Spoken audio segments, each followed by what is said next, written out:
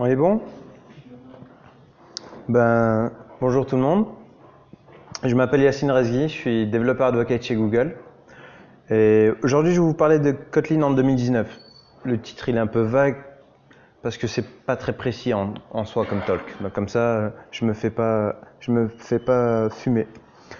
Alors, juste petit truc pour au niveau de l'audience, comme ça m'aide à savoir qui est ici. Est-ce qu'on a des devs Android? Principalement, ok, mais pas que. Est-ce qu'on a des gens qui font du Flutter? Ok. Des personnes qui font du back en Java? Sinon, est-ce qu'il y a du PHP normalement? Vu qu'on est en France, il y a toujours du PHP. Du JavaScript en Node.js? Ruby? Ok, bon. Python. Est-ce qu'on a du web, des mecs ou des filles qui font du front? Ok. Est-ce qu'on a des recruteurs? Il y en a toujours un. Oh, bon. Il s'est pas trop chauffé. Il ou elle ne se sont pas trop chauffés aujourd'hui. Bon. Quand j'étais à Lille, dans l'hôtel où j'étais, il y avait l'ascenseur. Ça n'a rien à voir avec le talk. C'est juste, ça m'a fait marrer et c'est pour ça que je me suis dit, faut que je le prenne en photo et que je vous montre.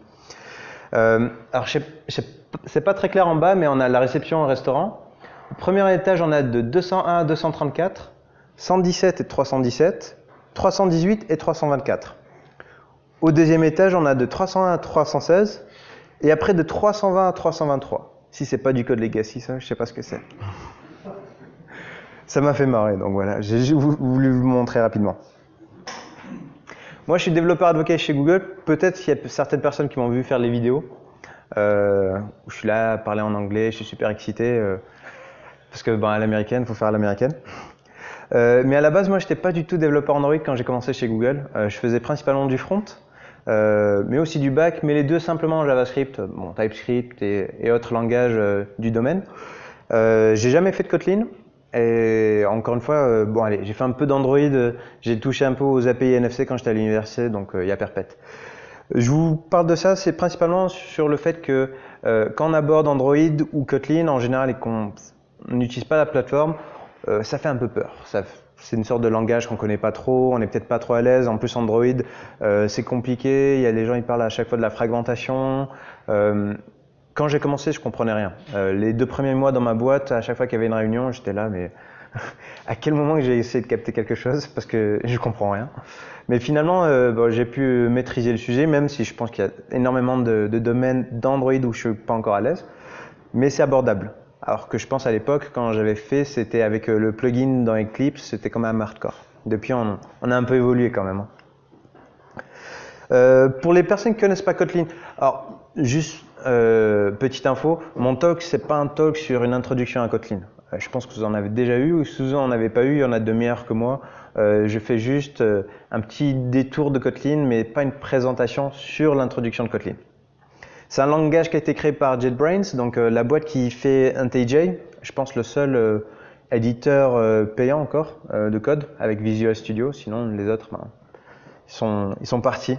Ils sont partis un peu trop tôt. Sublime Text, Notepad++ et Visual Studio Code les ont tués.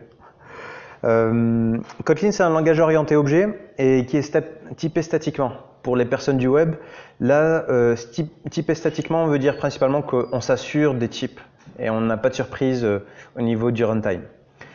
Une autre différence avec un langage que peut-être beaucoup de personnes ont déjà utilisé, Java, c'est que ici, en Kotlin, de base, toutes les variables sont assurées de n'être pas nulles si vous ne le spécifiez pas directement. Dans le sens où si une variable peut être possiblement nulle, si vous ne gérez pas le cas if la variable est différente de nulle, Kotlin ne va pas vous laisser compiler, il va tout simplement cracher quand vous allez builder votre projet. Donc c'est peut-être un peu plus barbant au début, à s'assurer que tout votre code est assez clean, mais c'est surtout à l'arrivée plus de null exception au niveau du runtime. Et c'est assez plaisant quand même.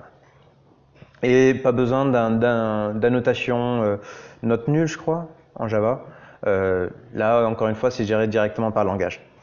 Ce langage a été créé d'abord avec comme vision de créer du bytecode, donc qui marchera sur la JVM.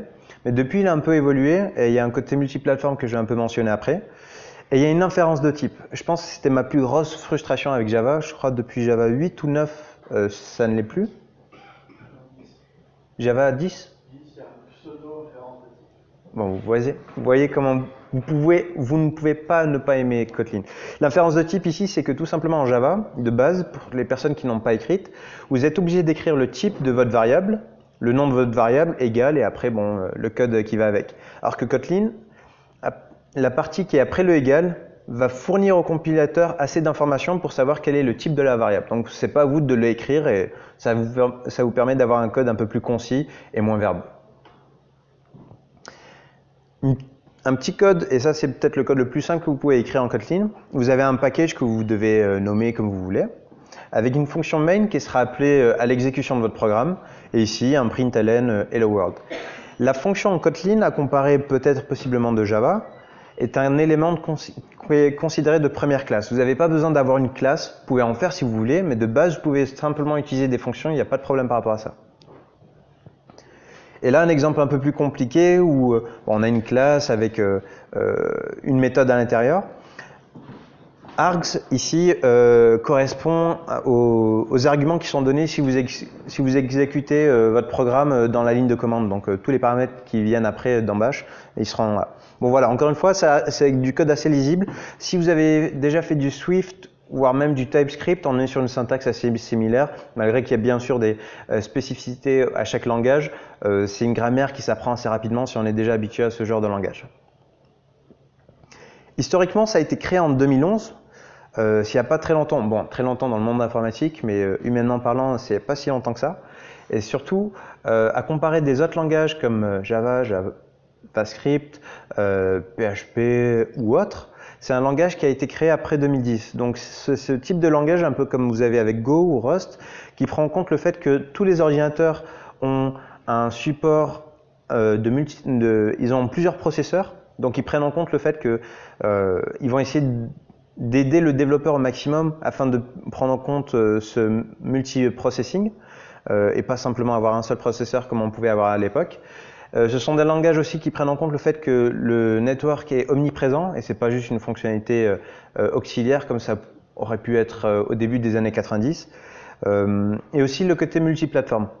Alors, à la fin des années 90, bon, je ne vais pas réinventer l'histoire, mais vous connaissez que Intel, avec le x86, a été le processeur peut-être le plus répandu.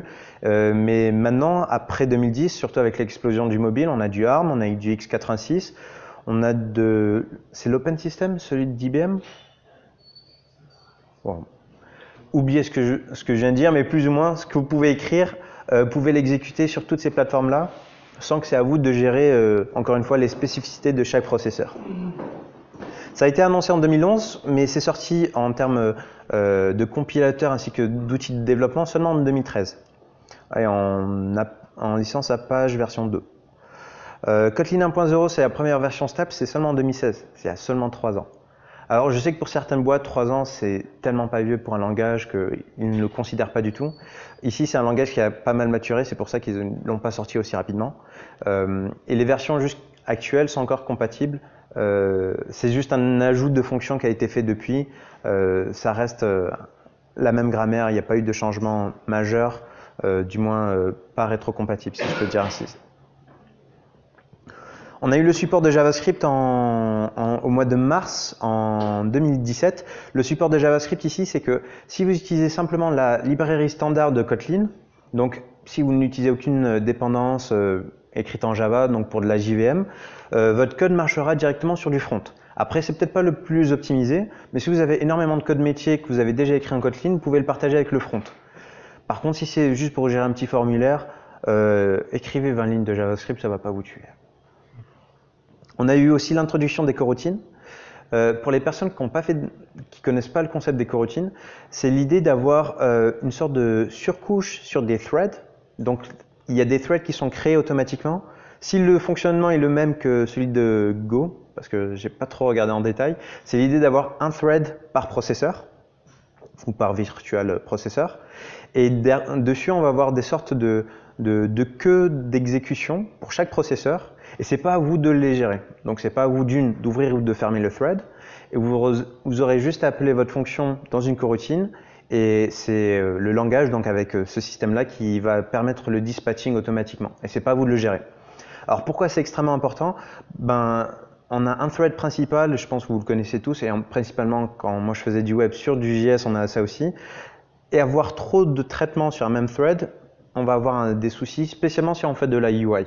De la UI pour avoir une UI assez fluide, donc du 60 fps comme sur les jeux, c'est une frame par 16,67 millisecondes.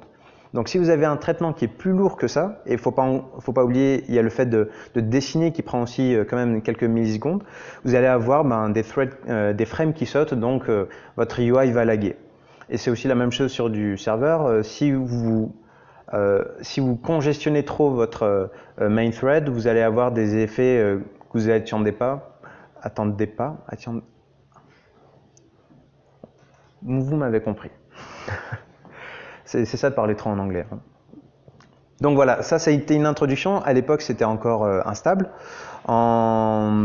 Au mois de novembre de la même année, on a eu le partage de code qui a été mis en place. Donc au lieu d'avoir un projet spécifique Kotlin JavaScript ou Kotlin JVM, là on peut avoir un projet où on va avoir un code en commun et après bien sûr du code spécifiquement pour chaque plateforme. Et ainsi ça vous permet de faciliter ça et de partager du code entre ces deux plateformes si vous en avez le besoin.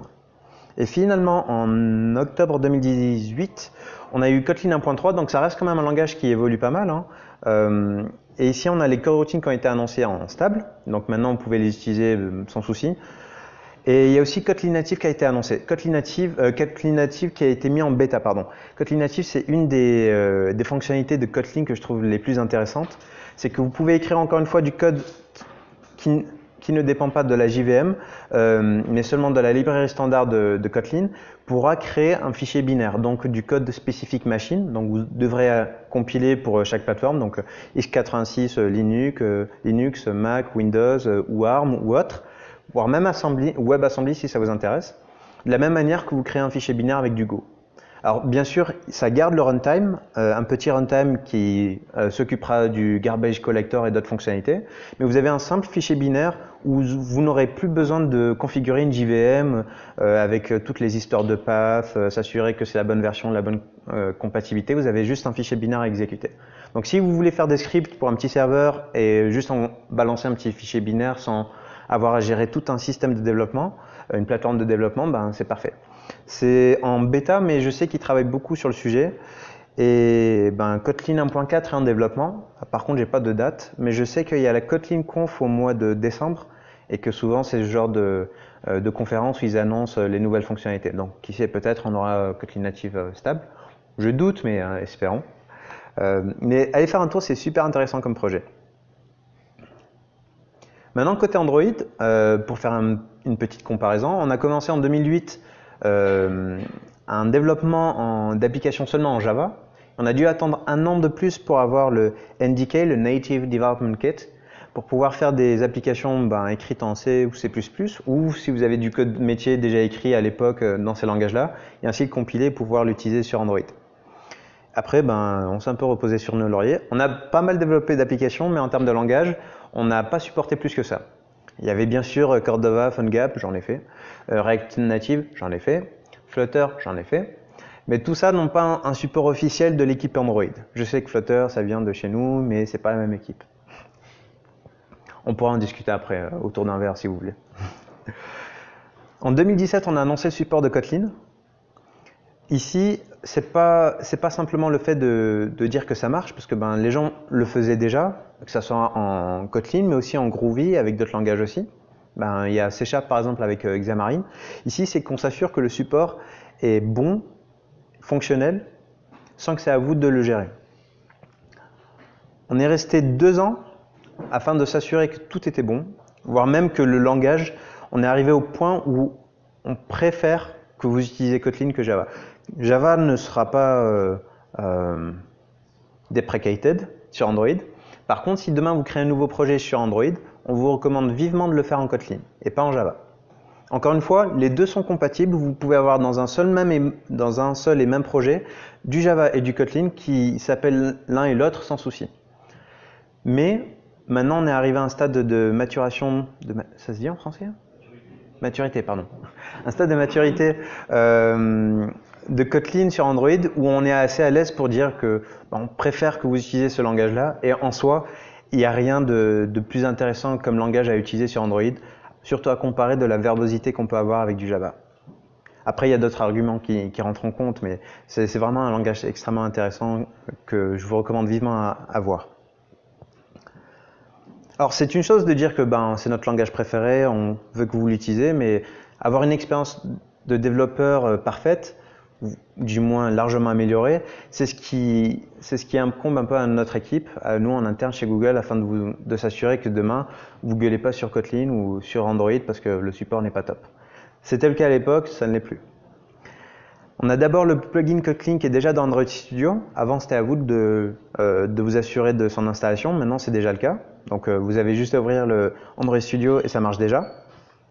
À chaque fois que vous allez écrire du code Kotlin qui n'est peut-être pas la manière recommandée de l'écrire, on va vous proposer de refactorer votre code spécifique et de l'écrire de manière plus concise ou du moins de manière préférée en Kotlin.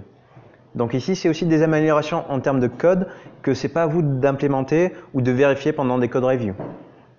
On a des templates de projet. Si vous commencez une application Android, ce sera proposé de base à être écrite en Kotlin. On a aussi, si vous voulez ajouter une nouvelle activité ou d'autres éléments dans une application Android, qui seront là aussi écrits de base en Kotlin. Il y a toujours le support en Java si vous avez besoin, mais de base, si vous êtes peut-être un peu pas à l'aise à savoir comment vous allez écrire au tout début une application Kotlin, on vous fournit tous les éléments afin de vous aider de ce côté-là. Et surtout, l'Android SDK, donc toute la partie Android et l'interfaçage avec les applications, reste écrit actuellement en Java. Et le problème de ce code-là, c'est que, comme je vous ai expliqué, on pouvait possiblement avoir des null exceptions si on ne les gère pas de notre côté.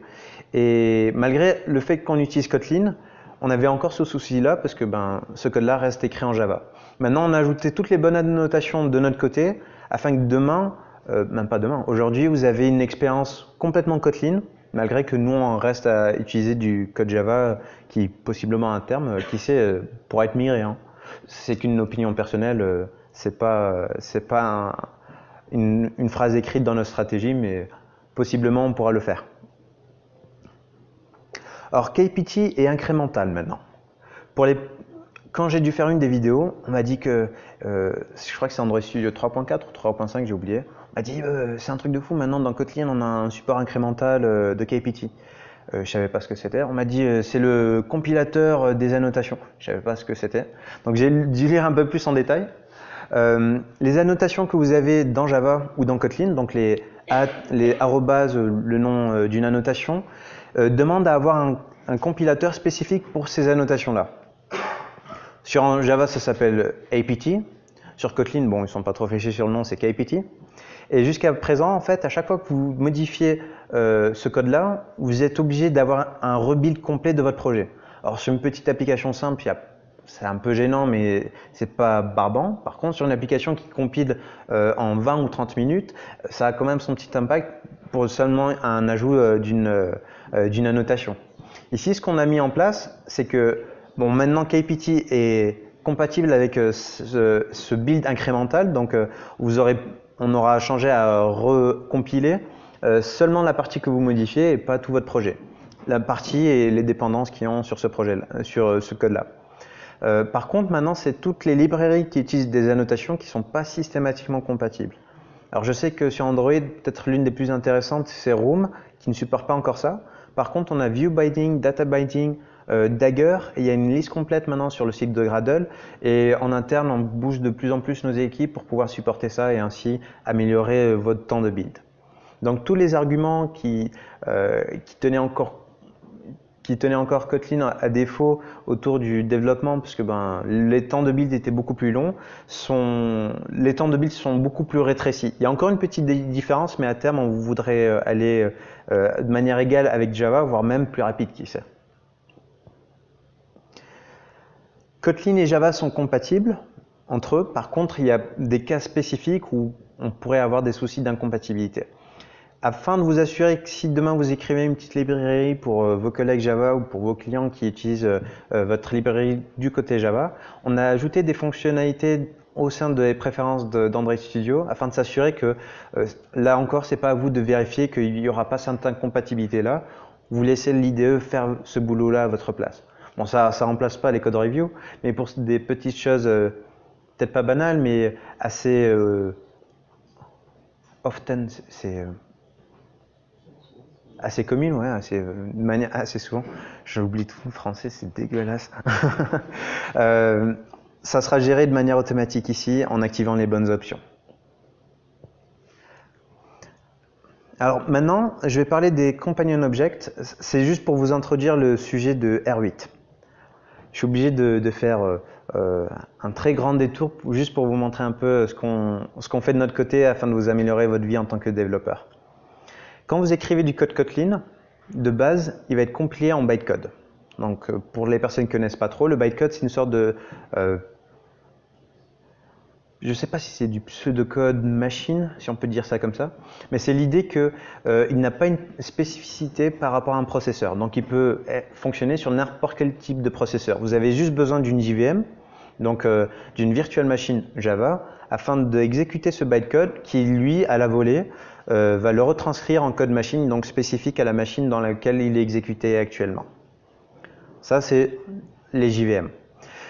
Maintenant, sur Android, on a une JVM qui est différente de la JVM que vous connaissez sur desktop, donc celle qui est fournie par Oracle. On a, à l'époque, c'était Dalvik, maintenant on a Art, c'est Android Runtime, et c'est une sorte de JVM, mais spécifique à Android, qui est optimisée pour les téléphones mobiles et pour le peu d'espace ou de ressources disponibles. Donc on a besoin de prendre votre bytecode et de le rechanger après en code spécifique à Android. Donc on a une panel d'outils pour gérer ça, D8, R8, et le problème c'est qu'on avait trouvé avec Kotlin de base des fonctionnalités même pas si avancées que ça, comme le Companion Object. Le Companion Object, c'est peut-être le nom le plus confus qu'a trouvé JetBrains. Object ici, ce n'est pas un objet dans le sens objet que vous pouvez trouver possiblement en JavaScript, c'est un singleton. Pourquoi ils l'ont pas appelé tout simplement singleton? Franchement, ils auraient pu aider tout le monde, mais bon, ils l'ont appelé objet. Et Companion Object, ça veut dire un singleton dans une classe, donc le statique que vous pourrez trouver dans Java. Il y a des fonctionnalités avancées, donc c'est pas comparable directement au statique, parce qu'il y a plus que simplement avoir des méthodes ou des propriétés statiques, mais ça s'écrit de cette manière-là. Ici, on a la fonction, la méthode hello qui est statique. Mais en compilant dans du bytecode, et ce que j'ai essayé de faire, c'est on a compilé dans du bytecode, et là je vous remontre une interprétation de ce bytecode en Java, juste pour vous montrer un peu la verbosité de ce code-là directement en bytecode. Encore une fois, hein, on ne sort pas à la base du Java, mais c'est juste pour vous montrer un équivalent. C'est beaucoup plus gros et beaucoup plus imposant qu'une simple propriété statique. C'est un peu chiant, et la dernière chose que nous on a envie de voir, c'est que vous vous limitez dans votre utilisation de Kotlin. Donc ici, ce qu'on a fait avec R8, c'est qu'on peut essayer de détecter ce type d'utilisation, et R8 derrière peut optimiser votre bytecode afin de comprendre que finalement vous avez juste besoin d'un mot-clé statique, donc l'équivalent en bytecode. Et de base, si vous activez R8, je sais qu'il y a beaucoup de réponses sur Stack Overflow qui vous disent pour régler les soucis de R8, vous avez juste à le désactiver. Faites pas ça s'il vous plaît. R8 c'est super puissant, c'est super intéressant, ça peut qu'optimiser votre taille d'application, et ça en termes d'exécution directement sur du bytecode, là aussi ça va vous cleaner du code à votre place, et comme ça tant vous limitez pas à écrire du code que vous écrivez du code performant, mais c'est pas à vous de le faire. Ça sera à l'outil à optimiser votre code automatiquement. C'est une chose de dire que c'est notre langage préféré, c'est une autre de l'utiliser en production. Et je sais que malheureusement beaucoup d'advocates proposent des choses à utiliser, mais c'est rarement accepté dans une entreprise. Ici, si ça peut vous aider demain à convaincre votre manager ou votre tech lead à utiliser Kotlin, c'est utilisé en production sur des grosses applications en interne. La liste, elle n'est pas à jour, c'est beaucoup plus important maintenant, mais il y a Google Drive qui est peut-être l'une des applications les plus compliquées du Play Store. On a Google Home, Nest, mais aussi des parties de la UI sur Android maintenant qui sont écrites en Kotlin. Ce qu'on a fait aussi, c'est qu'on s'est dit, il y a des fonctionnalités avancées de Kotlin qui n'étaient pas utilisables jusqu'à présent avec Android. On a tout fait pour pouvoir vous aider demain à, pas demain, c'est déjà le cas aujourd'hui, à écrire du code plus concis. Parce que du code plus concis, c'est toujours moins de code à vérifier pendant des code reviews et c'est toujours bien. Et surtout qu'on n'est pas payé au nombre de lignes de code parce que sinon, je pense que tout le monde aurait écrit du code pas optimisé depuis très très longtemps. Donc la même syntaxe ici où on écrit dans les shared preferences, les shared preferences est l'équivalent du local storage pour le web d'Android, donc spécifique à chaque application. Ici on ajoute une propriété et on l'enregistre de manière asynchrone, mais en l'utilisant de cette manière-là, avec cette manière plus concise, c'est toujours plus propre. Et là aussi c'est asynchrone, mais c'est pas à vous d'ajouter la méthode à la fin pour activer ça, on le fait à votre place.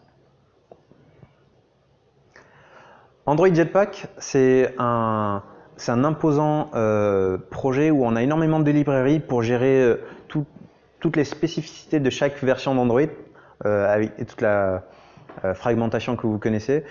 Pour le web, c'est l'équivalent des polyfills.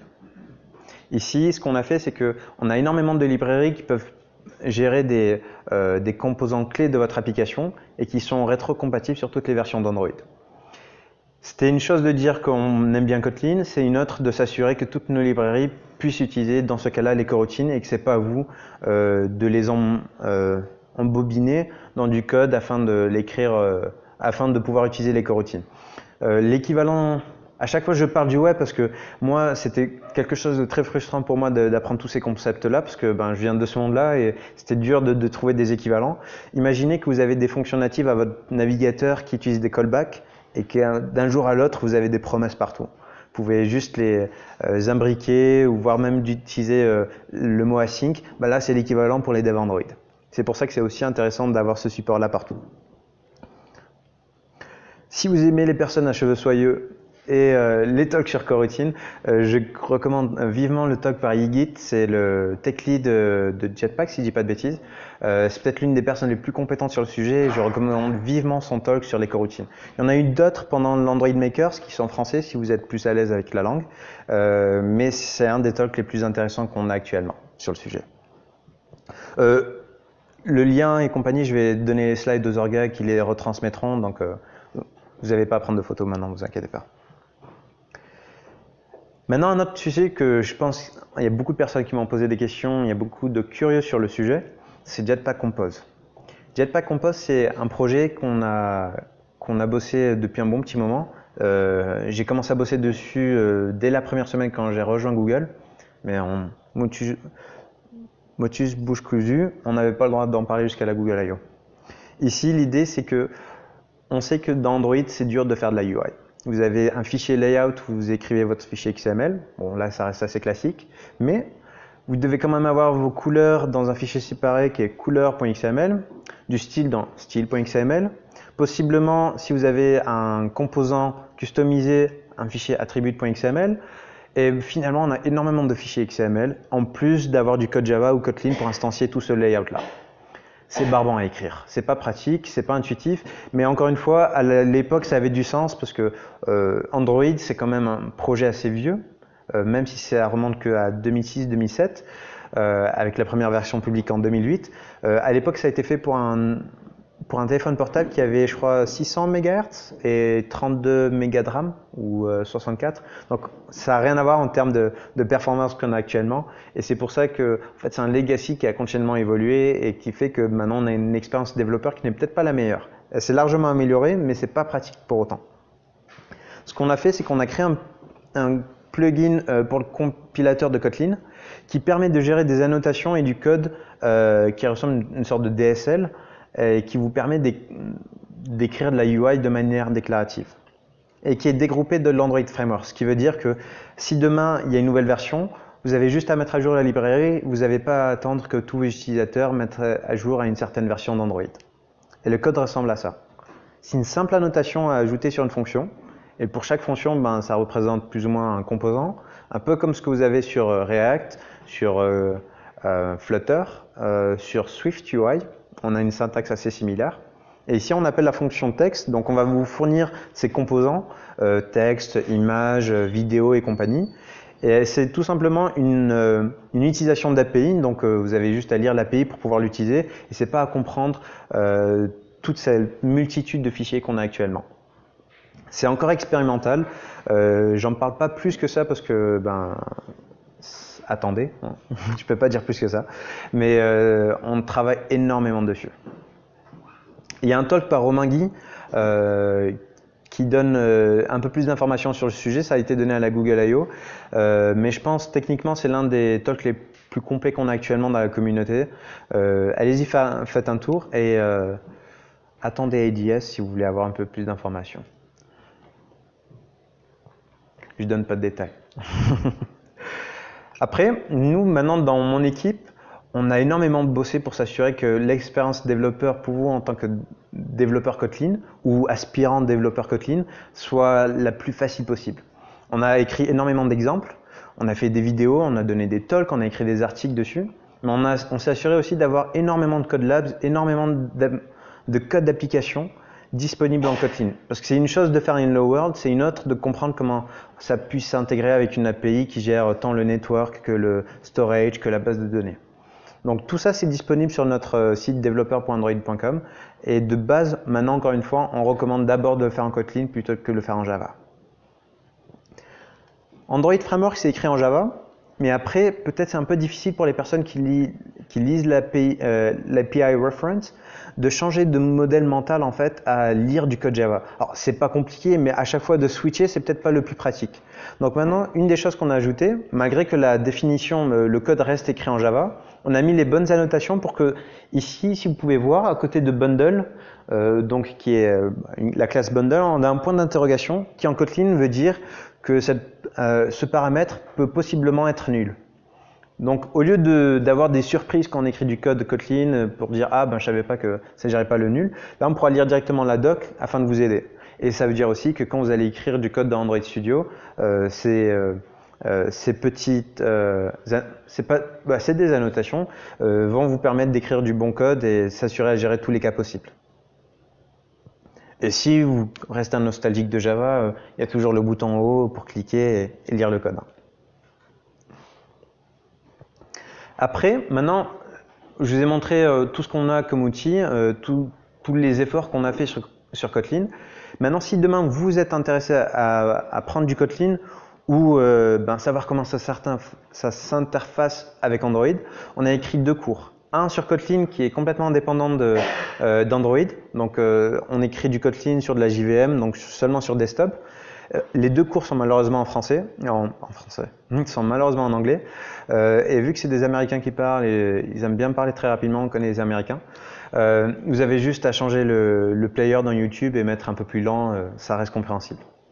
On a un cours, les 2 cours sont disponibles sur Udacity, un pour l'apprentissage de Kotlin et l'autre c'est l'apprentissage d'Android et toutes les facettes du développement Android, de la UI, du network, de la base de données, des fichiers, des notifications, spécialement avec du Kotlin et qui a été écrit récemment. Donc là, on s'assure d'avoir les dernières API. C'est pas un cours qui a été fait à l'époque avec les pratiques de l'époque qui sont devenues mauvaises depuis.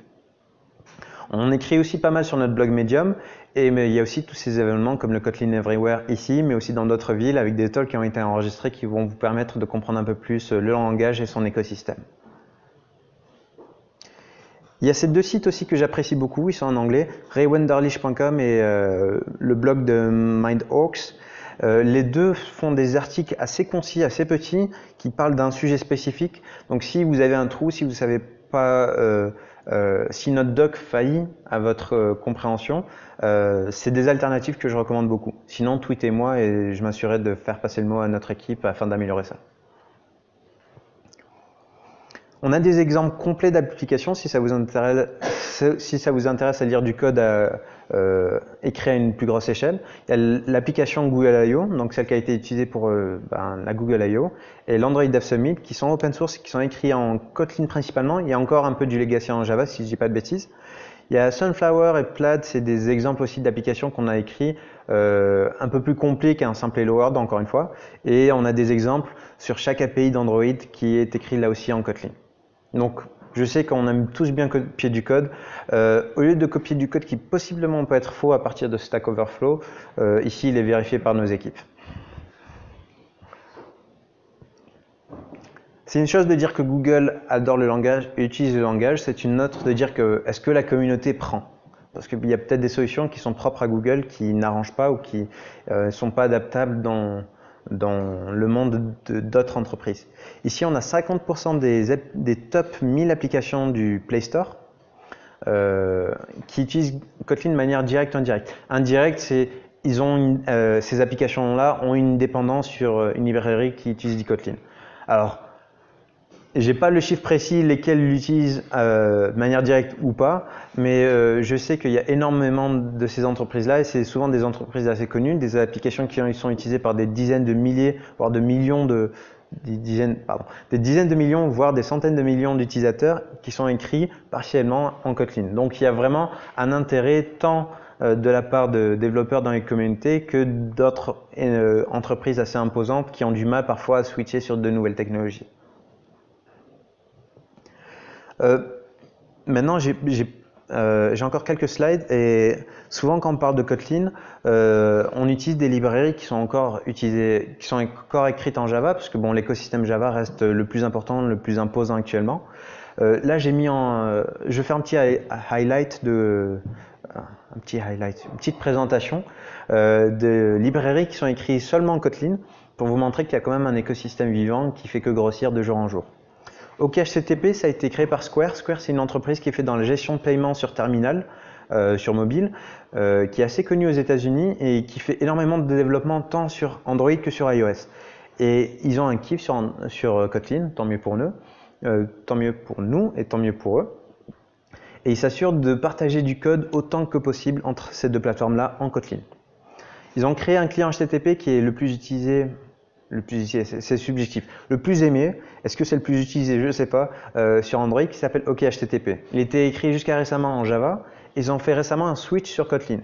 Alors, ça a l'air peut-être un peu bête de switcher simplement de langage alors que les librairies répondaient à tous les besoins. Et dans un des commentaires que c'est écrit, j'ai mis le lien, vous pourrez cliquer quand je partagerai les slides. Une des raisons du switch pour eux, c'est de permettre à terme possiblement une utilisation sur iOS. Donc d'avoir la même librairie pour gérer les appels HTTP tant sur Android que sur iOS. Donc c'est pas encore le présent, mais ils cherchent à faire ça dans le futur. Et la syntaxe, bon, ça reste une syntaxe assez lisible, pas très différente d'autres librairies de gestion d'appels HTTP, donc ça reste compréhensible. Et si demain vous voulez essayer, vous pourrez copier ce code-là. Je l'ai vérifié, je l'ai testé, vous inquiétez pas, c'est pas du code de Stack Overflow. Je bâche beaucoup, mais c'est juste parfois il y a une mauvaise réponse ou une réponse qui n'est plus d'actualité, qui est parfois mieux rankée sur Google. Je vous apprends pas ça, hein. On le voit un peu trop malheureusement tous les jours. Ktor, c'est un framework web donc, qui fait tant client que serveur, qui est écrit lui aussi en 100% en Kotlin, qui est utilisable sur plusieurs plateformes déjà. Donc vous pouvez l'utiliser si vous avez besoin d'un client ou d'un serveur HTTP dans votre application Android, mais aussi votre application iOS ou sur votre serveur web. Il peut s'interfacer avec sur côté serveur avec du Netty ou du Tomcat si vous avez besoin. Et c'est un DSL assez compréhensible. On n'est pas très loin d'un Sinatra ou d'un Flask. C'est assez facile à utiliser.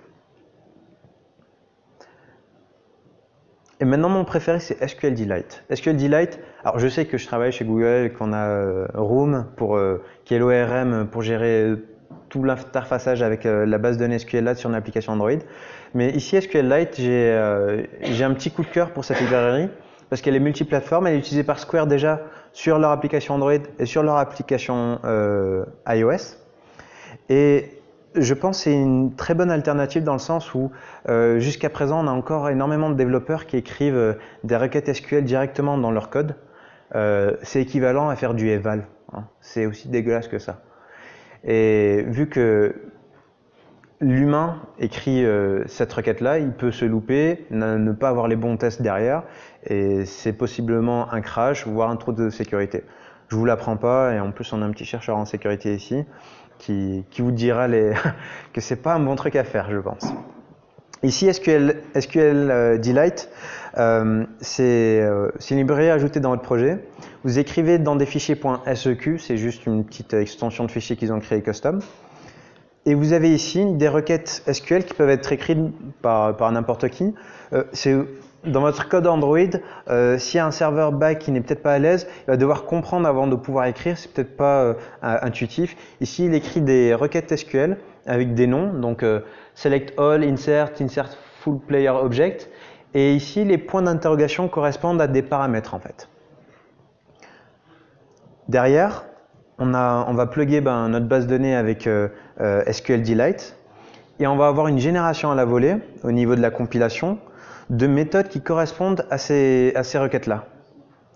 Donc on a select all par exemple qui va pouvoir nous donner ces objets ici c'est des players de hockey, sans que c'est à nous de prendre ce code SQL, de l'envoyer à la base de données et d'avoir un retour. Pour insert, comme je vous ai montré tout à l'heure, les paramètres sont générés à la volée. Et ici, on a une sécurité en plus, où dans le sens, ça va mapper avec la base de données en question. Et si on met le mauvais type, ça ne va pas nous laisser compiler. Donc si à la place d'un integer, j'ai appris ça lors de mes entretiens à Google, on ne dit pas integer, on dit integer. C'est dégueulasse à entendre. Hein. Mais j'avais l'air d'un con en fait. Une petite anecdote, il y avait mon collègue de l'époque qui m'interviewait, il me disait utilise un integer. Je fais mais c'est quoi un integer? Bon, vous savez maintenant pour la petite histoire. Ou si vous ne voulez pas mettre pour chaque paramètre, mais simplement envoyer un objet et laisser la librairie faire le bon mapping avec chaque colonne de votre table en question, comme je vous ai montré tout à l'heure, vous mettez un point d'interrogation, au lieu d'en avoir un pour chaque paramètre, vous en mettez un global. Et vous pourrez tout simplement instancier une classe, lui envoyer, et SQLDelight va s'occuper du mapping et d'exécuter la requête sur la base de données. Et ça, ce code-là, il est partageable sur de l'iOS et sur de l'Android. Alors autant de mon expérience à faire du multiplateforme avec React Native et Cordova, voire même du Xamarin, je peux dire que faire de la UI, c'est toujours meilleur dans le sens support de l'expérience utilisateur en tant que développeur à écrire de manière native. Native dans le sens utiliser le langage préféré par le constructeur, donc Swift ou Objective-C sur... non, personne n'aime faire de l'Objective-C, soyons honnêtes. Swift sur iOS ou Kotlin sur Android. Mais là où il y a un sens à partager du code, c'est vraiment sur la logique métier, où là il y a vraiment une indépendance complète par rapport à la plateforme, parce que c'est juste la logique qui a besoin d'être exécutée. Et là, possiblement, il y a un intérêt à pouvoir partager ce code-là entre ces deux plateformes. Il y a un talk complet qui a été donné à Android Maker sur le multiplateforme avec Kotlin. Regardez sur le site web, il est très très intéressant comme talk. Je vous ai principalement parlé de mobile. Vous inquiétez pas, il y a encore juste 2 slides, après je vous laisse tranquille. On parle principalement de mobile, mais après Kotlin, c'est aussi un langage qui peut marcher sur votre ordinateur, donc sur votre desktop, et aussi sur votre serveur. Mais vu que la plupart des plateformes de cloud gèrent les langages les plus connus côté serveur, donc on a principalement du Java, du Ruby, du Python, voire du Go, ou du PHP, ou du JavaScript avec Node.js, mais les langages un peu extérieurs, un peu niche, ont un support beaucoup moins important et c'est un peu dur pour une personne qui n'est pas à l'aise avec tous les outils de DevOps à gérer ça. Ici, Google Cloud Run, ce n'est pas la seule solution, mais c'est une solution que j'ai pu essayer et utiliser. Vous permet de donner une simple image Docker. Ici, l'image Docker correspond à gcr.io/pid Hello World. gcr.io, c'est une sorte de Docker Hub qui est hébergé chez Google, juste pour vous aider à comprendre. Et c'est serverless dans le sens où un serveur va être instancié à votre place dès que la première requête va être envoyée, un peu comme Amazon Lambda. Mais la différence, c'est que ça ne va pas créer un serveur pour chaque requête, ça sera la même instance, mais une fois qu'il n'y a plus de requêtes, après un délai, je crois 30 secondes ou 1 minute, le serveur va être éteint. Et vous allez seulement être facturé pour le temps où votre serveur va être en fonctionnement. Donc ça ne sera pas à vous de gérer le fait que votre serveur crash, de l'allumer, de l'éteindre, parce que tout le monde peut avoir une machine virtuelle, mais après c'est un peu plus chiant à gérer. Bon après, notre ami a un peu plus de commentaires sur le truc, mais de ce que j'ai pu essayer, ça a l'air cool. Je pense pas que c'est la meilleure solution pour faire une architecture complète côté back, Par contre, si vous avez besoin d'un petit microservice en tant que développeur mobile qui consomme une API, je trouve ça assez pratique plutôt que de l'écrire en JavaScript sur du Google Cloud Function ou autre, si vous n'êtes pas à l'aise avec le langage. Là, vous pourrez garder à utiliser du Kotlin. Je vous ai parlé de Kotlin, mais c'est n'importe quelle image Docker. Donc si vous voulez faire du Fortran, rien ne vous empêche. Mais à vos risques et périls. Maintenant, Kotlin dans le futur, ça sera toujours plus de coroutines, donc toujours du code qui ne sera pas utilisé dans le même main thread parce qu'il faut le laisser tranquille, main thread, on l'a tellement martyrisé pendant toutes ces années-là. Ça sera de nouvelles fonctionnalités dans le langage, ça reste un langage assez vivant, assez jeune. Une croissance des librairies côté écosystème. Pour moi, c'est important d'avoir des librairies qui sont écrites en Kotlin, donc qui ne dépendent seulement de la librairie standard, parce que ça veut dire que demain, on pourra les utiliser sur du multiplateforme, sur de l'iOS, sur du desktop ou autre, voire même du côté JS ou du WebAssembly si on a envie. Alors que si on a une dépendance sur la JVM, on est obligé d'avoir de la JVM derrière. Pardon. Du multiplateforme, j'espère à terme on aura le Kotlin natif qui sera stable et une expérience développeur qui sera accrue et améliorée au fur et à mesure. Après, est-ce que j'ai pas une date spécifique pour chacune de ces parties-là, mais Kotlin, ça reste une communauté assez jeune, donc assez active, et aussi avec un support, un forum où il y a énormément de talks, énormément de conversations, si ça vous intéresse à lire un peu plus dans le détail. C'est tout pour moi, merci.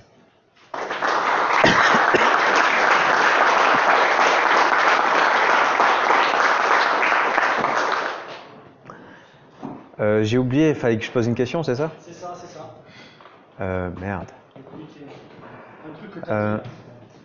Un truc que j'ai dit. Kotlin, ça a été annoncé en quelle année? Ah, il a dit en premier. T'as pas levé la main. Ouais, pour la politesse, ça sera lui. Bravo à toi, tu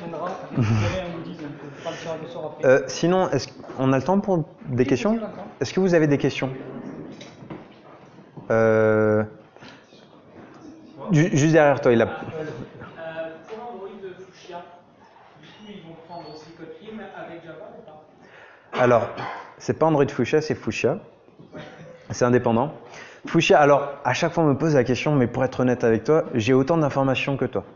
Alors, ça reste un projet de Google, mais de ce que j'ai compris, alors pour la petite histoire, Fuchsia, c'est un système d'exploitation qui a été créé par Google, qui est encore balbutiant.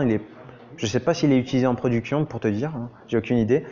Et c'est dans l'idée de remplacer à terme Linux, le noyau Linux, parce qu'il y a un problème clé avec Linux, de ce que j'ai compris, hein. Si je fais une bêtise, corrigez-moi, c'est qu'à chaque fois qu'on a une nouvelle version du noyau, donc du kernel, on est obligé de mettre à jour systématiquement tous les pilotes, donc tous les drivers qui vont avec, ce qui gêne dans la mise à jour, principalement dans Android, d'avoir une mise à jour constante. On ne peut pas simplement mettre à jour le noyau, le kernel, on est obligé de mettre à jour tous les drivers qui vont avec, et après un certain nombre d'années, on a des constructeurs qui arrêtent le support parce que ça rentre plus dans leur business model, et ça fait que ça gêne beaucoup, et c'est l'un des arguments clés après, c'est l'idée aussi que Linux a été fait dans les années 90, dans un monde où Internet était encore naissant, on n'avait pas du multiprocesseur, on n'avait pas autant d'écrans de différentes plateformes.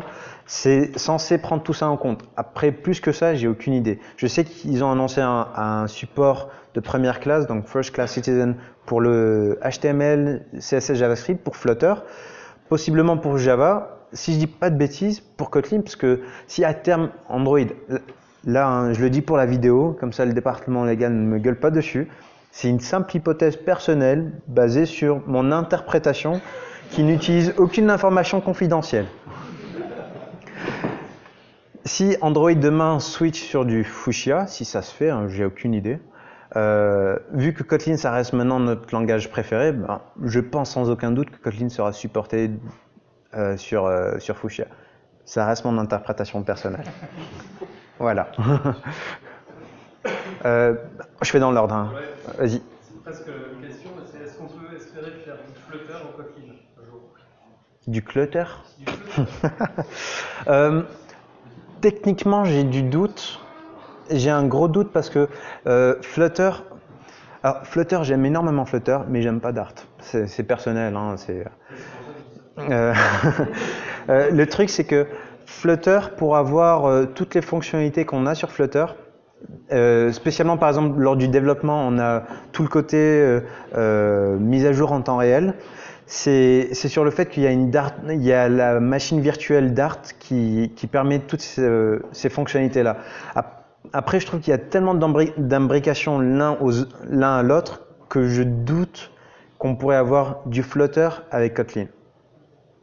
Mais qui sait, hein, on a réussi à pervertir ou à faire changer des technologies pour faire autre chose. Le web, c'est censé faire des pages, maintenant ça fait des applications complètes, donc qui sait, pourquoi pas. Hein. Après, encore une fois, c'est une opinion personnelle.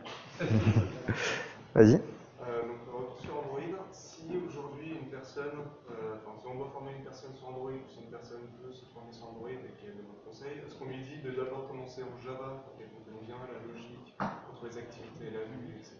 Ou on peut lui dire par directement Kotlin? Alors, moi, quand j'ai commencé à Google, j'ai fait une semaine de Java.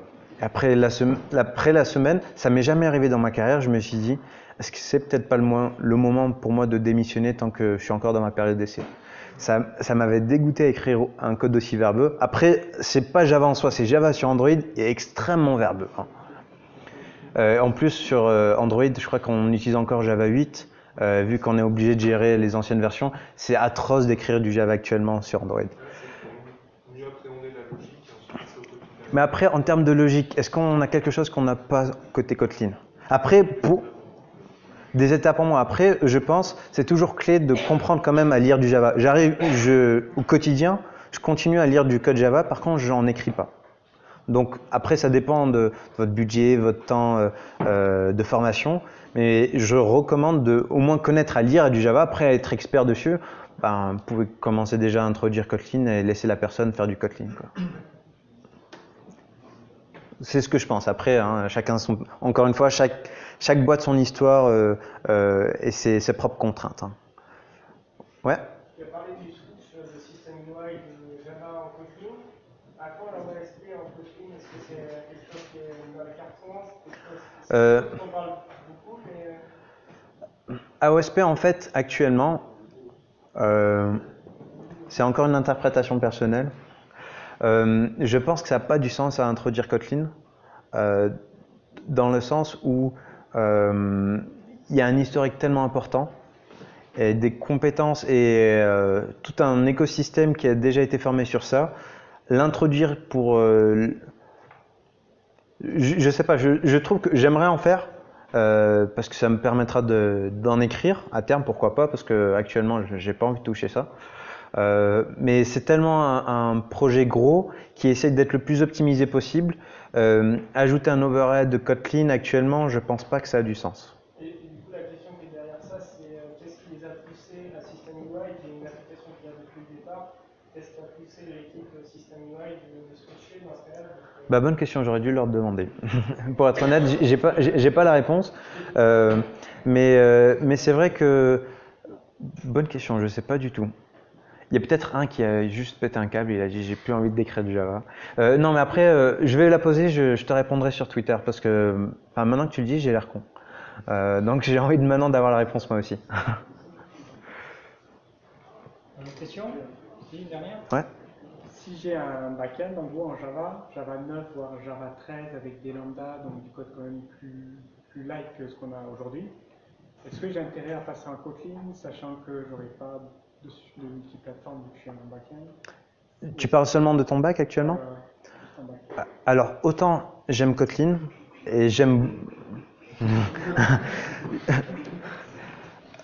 Je vais être honnête avec toi. Si l'écosystème... Après, il faut vraiment que tu puisses essayer de par ton expérience. Si l'écosystème Kotlin backend n'est pas aussi imposant, n'est pas aussi pratique, je déconseillerais ça. Parce que j'ai tellement frustré des équipes où je suis en mode allez-y, on va utiliser du TypeScript quand c'était encore en bêta, et ça a frustré tout le monde au point que ça a mis beaucoup plus de temps à terme pour switcher sur le langage. Que essaye de ton côté, si tu te sens pas à l'aise, garde-le en attente. Voilà, c'est ce que je dirais. Mais c'est un intérêt parce que voilà, si à terme on a du Kotlin native, possiblement tu pourras avoir un serveur qui ne dépend plus du tout de la JVM. C'est toujours intéressant. Mais on a une personne avec une opinion complètement différente, donc je te conseillerais d'aller le voir et de connaître un peu plus sur le sujet. Je ne vais pas prendre plus de temps parce qu'il y a quand même un autre speaker derrière moi, mais vous pouvez me poser des questions sur Twitter si vous me followez, parce que j'ai pas eu beaucoup de follow là, c'est pas cool les gars. Mais sinon, autour des verres, là, vous pourrez me poser sans souci. Merci.